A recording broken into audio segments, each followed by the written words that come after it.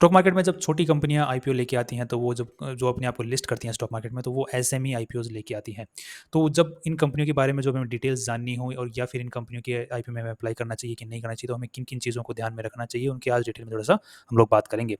अब अगर हमें इन्फॉर्मेशन जाननी है कि कौन सी कंपनी का एसएमई आईपीओ आया हुआ है, तो आपको क्या करना है, स्क्रीन पे एक वेबसाइट दी हुई है।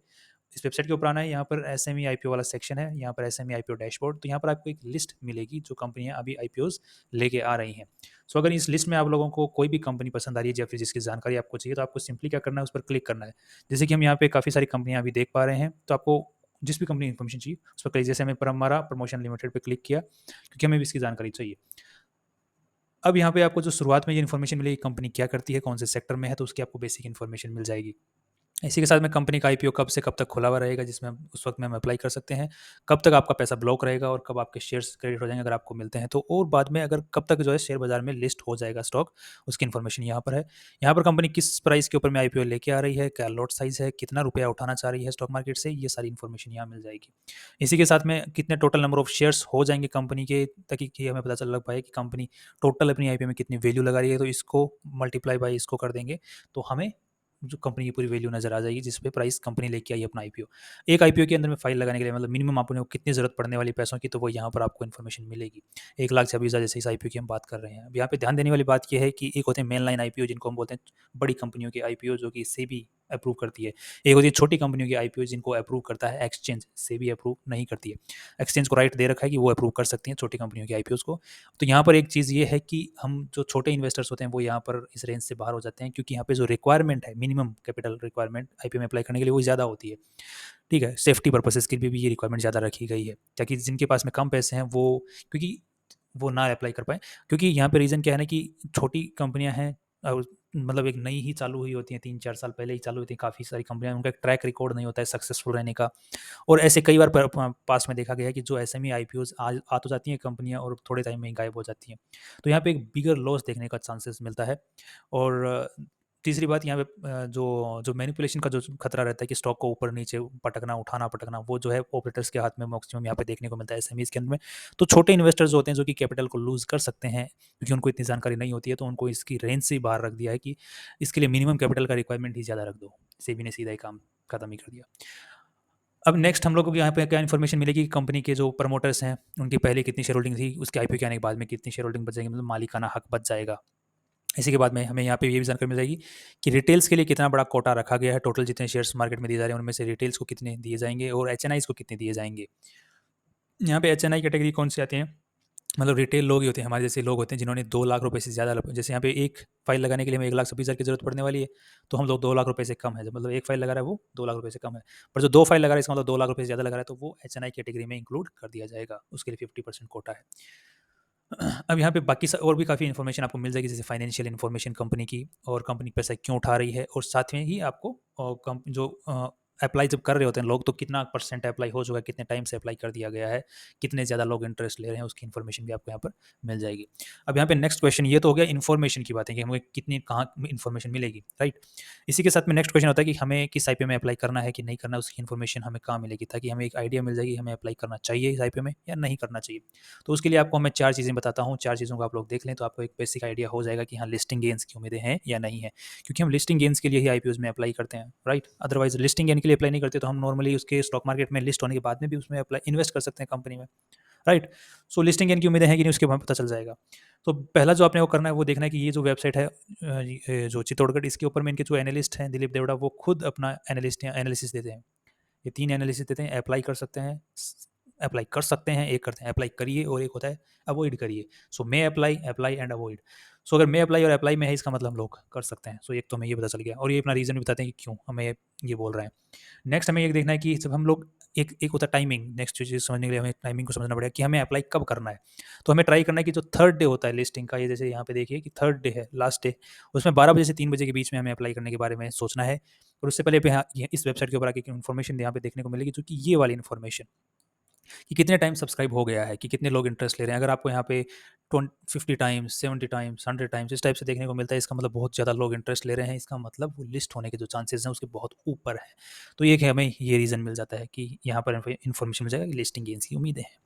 थर्ड जो हमें चीज़ देखनी चाहिए कि वो है जीएमपी, जीएमपी के ऊपर में क्लिक करेंगे तो हमें एक नया वेबसाइट खुलेगा। वहाँ पर कि एक होता है जीएमपी, क्या होता है ग्रे मार्केट प्राइस, मतलब एक ऐसा मार्केट जहाँ के ऊपर में लोग इसी कंपनी के शेयर्स के कितने पैसे देने को लिए तैयार हैं आज के दिन।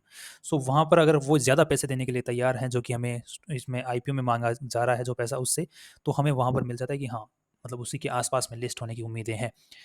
सो यहाँ पर अपने को देखने को मिल रहा है जैसे कि 68 के ऊपर में लिस्ट होने की उम्मीद है, क्योंकि 68 रुपीज़ तक लोग देने को तैयार हैं इस कंपनी के एक शेयर के ग्रे मार्केट में। अब ध्यान रखिए कि जीएमपी को मैनिपुलेट किया जा सकता है, सो इसके ऊपर हम लोग थोड़ा सा बस अंदाज़ा लेना है, फाइनल इसी के बेसिस पे डिसीजन नहीं लेना है, राइट। सो नेक्स्ट, ये तो हो गई तीन चीज़ें। जीएमपी देख लिया हमने, दिलीप देवड़ा उनका खुद का देख लिया एनालिस्ट का, और हमने लास्ट डे जब हम अप्लाई कर रहे होंगे उससे पहले हमने सब्सक्रिप्शन देख लिया कितने टाइम्स हुआ है। इसी के साथ में आप लोग हमारा जो वीडियो है, हम भी वीडियो डालते हैं, कोई अच्छा आईपीओ आता है जिसमें हमको अप्लाई करना चाहिए कि नहीं करना चाहिए, तो हम अपनी एनालिसिस के बेसिस के ऊपर भी शॉर्ट्स या फिर वीडियोस डालते हैं, और आप वो भी देख सकते हैं, उससे भी आपको एक थोड़ा बहुत मोटा आइडिया हो जाएगा, right. And one more thing I would like to मतलब से हियर, यहाँ पर आपने कोई मार्केट मेकर ऑप्शन पोर्शन मिलेगा, जो छोटी कंपनी जो आईपीओ होते हैं उन्हीं में ये पोर्शन देखने को मिलता है। इस पोर्शन में अगर ऐसा देखा जाता है कि जो टोटल नंबर ऑफ शेयर्स होते हैं उसके मुकाबले कितने परसेंट शेयर्स हैं जो मार्केट मेकर्स के लिए रखे जा रहे हैं साइड में, तो अगर ये परसेंटेज बहुत ज़्यादा होता है, ज़्यादा शेयर्स ज़्यादा रखे जाते हैं मार्केट मेकर्स के लिए, वहाँ पर भी हमें अच्छा खासा इंप्रूवमेंट या फिर आफ्टर लिस्टिंग गेन देखने के चांसेस मिलते हैं, क्योंकि ये मार्केट मेकर्स कौन होते हैं, यही लिक्विडिटी प्रोवाइड करते हैं स्टॉक के अंदर में। सो इंटरमीडिएरीज अगर लिक्विडिटी प्रोवाइड कर सकते हैं वो डायरेक्शन भी दे सकते हैं, ऐसा मेरा मानना है, क्योंकि उनके पास में उनके लिए एक पोर्शन है, काफ़ी बड़ा पोर्शन रखा गया है, तो वो अपना भला भी सोचेंगे ही, ऐसा मेरा मानना है। सो वो स्टॉक को ऊपर ले जाने की पूरी कोशिश करेंगे। तो यहाँ पर अगर आपको देखने को मिलता है कि 1.4% या 1.5% से अगर ज़्यादा पोर्शन दिया जा रहा है, इसका मतलब वहाँ पर हमें अगेन लिस्टिंग गेन्स की उम्मीदें हैं। सो ये मैंने 4-5 तरीके आपको बता दिए, इनको आप देख लो, कहीं पर भी एक भी जगह आपको कुछ दिक्कत नज़र आती है तो अवॉइड करना तो ज़्यादा बेटर है, अदरवाइज़ लिस्टिंग गेन्स की उम्मीदें कम रहती हैं। अगर वो सारी चीज़ों में सक्सेसफुल बैठ रहा है अच्छा खासा, तो हमें लिस्टिंग गेन्स की उम्मीदें हैं, राइट। नेक्स्ट हमारे से अपने जो क्वेश्चन आता है कि आईपीओ अगर नेगेटिव लिस्टिंग की कितने ज़्यादा चांसेस हैं। देखो, हम कितनी भी चीज़ें देख लें, स्टॉक मार्केट अपना रुख दिखा सकता है कभी भी, क्योंकि स्टॉक मार्केट के अंदर कोई गारंटी नहीं होती है, राइट। बट हम अपनी कोशिश कर सकते हैं।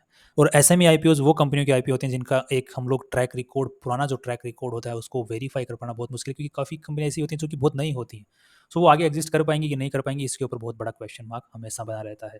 और दूसरी चीज़, छोटी कंपनियों के जो जो फाइनेंशियल्स होते हैं उनको मैनिपुलेट कर पाना भी बहुत आसान होता है। बहुत सारे तरीके हैं जिनके थ्रू मैनिपुलेट किया जा सकता है, और वो उसके अंदर हम क्वेश्चन मार्क भी नहीं लगा सकते हैं, मैनिपुलेट करना आसान होता है, राइट। तो हमें नहीं पता कि एक्चुअलिटी क्या है, रियलिटी क्या है, सो रिस्क हमेशा इन्वॉल्व रहेगा, और एसएमई आईपीओ में तो बहुत ज़्यादा रहेगा। तो लिस्टिंग गेन्स अगर नेगेटिव हो जाए तो क्या करें, तो इसके लिए आप लोग ये कर सकते हैं, उन्हीं कंपनियों के आईपीओज में अप्लाई करें जिनका हमें चांसेस हैं कि लिस्टिंग गेन्स को ना लेके कंपनी को देख के कि हाँ ये कंपनी फ्यूचर में अच्छा करेगी, उस हिसाब से अगर हम लोग लेके चलेंगे, तो अगर वो लिस्टिंग गेन्स नहीं भी मिलते हैं तो हमें ज़्यादा वो नहीं है कि हम लोग होल्ड कर सकते हैं उस कंपनी को, क्योंकि हमें अच्छी लग रही है वो कंपनी, अच्छे काम कर सकते हैं, उसके प्लान्स बहुत अच्छे लग रहे हैं। ये अपना एक रीज़न है, बाकी नेगेटिव में हो सकता है। और दूसरा एक पॉइंट ये भी आपको मैं डिस्कस करना चाहूँगा कि इस कंपनी के अंदर में जो लॉट साइज़ होती है, मतलब एसएमई जो आईपीओज़ होते हैं, वो लिस्ट होने के बाद में भी लॉट्स में ही ट्रेड होते हैं। मतलब अब ये नहीं है कि 2000 का आपको शेयर्स, ये जो लॉट साइज़ है 2000 का अगर आपको आईपीओ मिल गया, तो ये नहीं होगा कि आप 500 शेयर बेच दो, 1500 रख लो, नहीं, आपको 2000 के 2000 ही बेचने पड़ेंगे। एसएमई कंपनीज़ में आपको लॉट में ही काम करना पड़ता है। मतलब जैसे 2000 का लॉट है, किसी का 5000 का लॉट है, किसी का 500 का लॉट है, तो आपको वो 500 के मल्टीपल्स में ही खरीदने और बेचने पड़ते हैं। तो यहाँ पे आपको हर वक्त एक बड़े अमाउंट की ही ज़रूरत पड़ती रहती है, आप छोटे अमाउंट के साथ में इसमें एसएमई कंपनीज में काम नहीं कर सकते। अगेन सेबी ने ये रूल बनाया हुआ है ताकि छोटे इन्वेस्टर्स दूर रह पाएँ, क्योंकि वहाँ पे रिस्क ज़्यादा रहता है, राइट। सो रिस्क है, यहाँ पर रिस्क है, बट यहाँ पे पैसा भी ज़्यादा बनता है, क्योंकि ये मार्केट में जो ये जो ना टोटल नंबर ऑफ शेयर्स होते हैं, free float total number of shares होते हैं, वो कम होते हैं, जिसकी वजह से इसको मैनिपुलेट कर पाना बहुत आसान होता है। तो काफ़ी बार हमने देखा है कि स्टॉक जो है 10 टाइम्स भी हो जाता है जो आईपीओ प्राइस है, और कई बार नीचे लेके जाना भी बहुत आसान होता है, क्योंकि वहाँ पर लिक्विडिटी ज़्यादा होती नहीं है। तो अगर किसी ने बेचना है तो वो बेचता ही जाएगा, तो लोअर सर्किट लगते रहते हैं और काफ़ी नीचे भी पहुँच जाता है। सो यहाँ पर रिस्क भी है और रिवॉर्ड भी बहुत अच्छा है। इसीलिए रिवॉर्ड के चक्कर में हम लोग ज़्यादा रिस्क ना ले लें, तो उसका भी ध्यान रखना है। बाकी अच्छी कंपनी को अच्छे से रिसर्च करने के बाद में ट्राई करें। बाकी हम लोग भी करते रहते हैं अपने चैनल के ऊपर में रिसर्च, तो आप हम चैनल को भी चेकआउट कर सकते हैं time to time. Next question जो अपने दिमाग में आता है वो आता है कि अगर कोई भी कंपनी हमने आईपीओ ले लिया, हमको आईपीओ मिल गया, तो उसके बाद में हम लोग उसको होल्ड करें या फिर बेचते हैं। अगर आपने लिस्टिंग गेन्स के लिए तो फिर उड़ा दो, अगर मिला है तो लिस्टिंग गेन अगर मिल गया तो ठीक है, नहीं मिला तो भी उड़ा दो, थोड़ा बहुत अगर पॉजिटिव नेगेटिव है तो। और अगर आपने को फिर भी अगर होल्ड करना कि नहीं करना, तो हमने एक स्ट्रेटेजी बनाई हुई है जिसको हमने ऑलरेडी डिस्कस किया है एक वीडियो में, उस वीडियो का लिंक मैं डिस्क्रिप्शन दे दूंगा, डू चेक आउट। नेक्स्ट जो क्वेश्चन है कि अगर हमें नहीं मिला तो कितने दिनों में पैसा वापस आ जाएगा। सो बेसिकली जो आप में अप्लाई करते हैं तो पैसा कटता नहीं है अपने अकाउंट से, पैसा सिर्फ ब्लॉक होता है। तो अगर हमको शेयर्स मिलते हैं तो भी हमारे अकाउंट से पैसा कटता है। सो आपका पैसा, या तो आपको पैसा मिलेगा आपका वापस आपके अकाउंट में, या फिर आपको शेयर्स मिलेंगे। सो दोनों में से एक चीज़ तो आपके पास रहेगी। सो वो कोई इशू नहीं रहेगा आपके पास में। बस टाइम का ध्यान रखिए कि यहाँ पे जैसे कि लिस्टिंग डेट है ये वाली, तब तक आपके अकाउंट में जो पैसे जो ब्लॉक रहेंगे वो रिलीज़ कर दिए जाएंगे। सो जस्ट वेट, घबराने की ज़रूरत है तो होती नहीं है वहाँ। ये तो होगी बेसिक बातें। अब तीसरी चीज़ और अगर थोड़ी सी जनरल बातें कर लेते हैं एसएमई कंपनीज़ के आईपीओ में, तो एक तो रिस्क फैक्टर रहेगा। सेकंड जो रिस्क चीज़ें बातें रहेंगी कि ये आईपीओ कंपनियाँ लेके क्यों आती हैं। ऑफ कोर्स ये बात है, आईपीओ क्यों लेके आती हैं कंपनियाँ, जब उनको पैसों की ज़रूरत पड़ती है लोगों से पैसा उठाने के लिए, तो वो लोगों से पैसा उठाने के लिए आईपीओ लेके आती हैं। तो इसमें इनकी मदद कौन करता है, इनको हम बोलते हैं मर्चेंट बैंकर्स, इन्वेस्टमेंट बैंकर्स, हमने नाम सुने होंगे। ये लोग इनकी मदद करते हैं, जो कि इनके 4 मतलब 5 एंटिटीज़ इन्वॉल्व रहती हैं बीच के अंदर में। एक होता है मर्चेंट बैंकर, या फिर उसको बोलो लीड मैनेजर। लीड मैनेजर के पास में कंपनियाँ जाती हैं, उनको बोलती हैं कि हमको पैसा उठाना है स्टॉक मार्केट से, तो वो जो कंपनी है लीड मैनेजर वाली, वो इनकी हेल्प करती है पूरा फाइल वगैरह तैयार करने में। बाद में वो जाते हैं एक्सचेंज के पास में, क्योंकि एसएमई आईपीओ है तो एक्सचेंज अप्रूव करता है, सेबी अप्रूव नहीं करता, एक्सचेंज के पास में राइट है। सो एक्सचेंज अगर उसको अप्रूव करता है, उसके बाद में वो आईपीओ आता है। दूसरे दूसरा जो प्लेयर होता है वो होता है रजिस्ट्रार। तो अब हमारे अकाउंट में शेयर्स भी तो कोई ना कोई ट्रांसफर करता ही होगा, तो वो होता है रजिस्ट्रार। तो रजिस्ट्रार, अगर हम जिनको आईपीओ अलॉट हो जाता है, शेयर्स अलॉट हो जाते हैं, उनके हमारे अकाउंट में जो शेयर्स ट्रांसफर करता है उसको बोलते हैं रजिस्ट्रार। तीसरा, हमसे जो पैसे ले रहा है वो बैंक ही पैसे ले सकती है। ऑफ कोर्स ये बात, हमारे बैंक, अगर पैसे हमारे बैंक से कटेंगे तो किसी के बैंक में ही जाएंगे, तो एक बीच में बैंकर होता है। अगर हमको शेयर्स मिलते हैं तो हमारे खाते से पैसे कट के उस बैंकर के खाते में जाते हैं, और बैंकर से बाद में ट्रांसफर हो जाते हैं कंपनी के खाते में, जितने शेयर्स कंपनी ने दिए हैं उस हिसाब से। तीसरा प्लेयर जो होता है उसको बोलते हैं मार्केट। चौथा प्लेयर जो मार्केट मेकर, तो वो जो कंपनी, जो छोटी कंपनी होती है एसएमई कंपनी, उनको मार्केट मेकर अपॉइंट करना बहुत ज़्यादा नेसेसरी होता है, क्योंकि लिक्विडिटी इशू रहता है। तो सेबी ने मैंडेटरी कर रखा है इनके लिए कि मार्केट मेकर बनाए, ताकि लिक्विडिटी बनी रहे स्टॉक मार्केट के अंदर में। सो 3 साल का कॉन्ट्रैक्ट रहता है, 3 साल तक ये मार्केट मेकिंग का काम करती हैं, जो भी कंपनियां market makers as a market maker appointed होती है।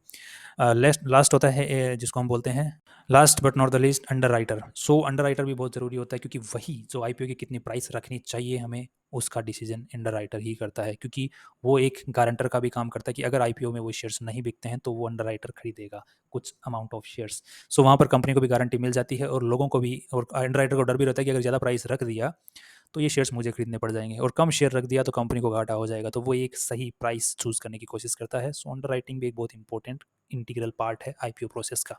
सो ये 5 जो बिचौलिए होते हैं, इनके बेसिस के ऊपर ही पूरा आईपीओ फ्लो करता है, आता है स्टॉक मार्केट में। फाइनली, कौन सी कंपनी के अंदर में हमें इन्वेस्ट करके रहना है, कौन सी कंपनी इन्वेस्टमेंट करने के लिए आज के हिसाब से सही है टेक्निकली एंड फंडामेंटली, उसकी हम लोग रिसर्च टाइम टू टाइम अपने जो चैनल है, यूट्यूब चैनल, उसके ऊपर करते रहते हैं। So stay connected and see you tomorrow.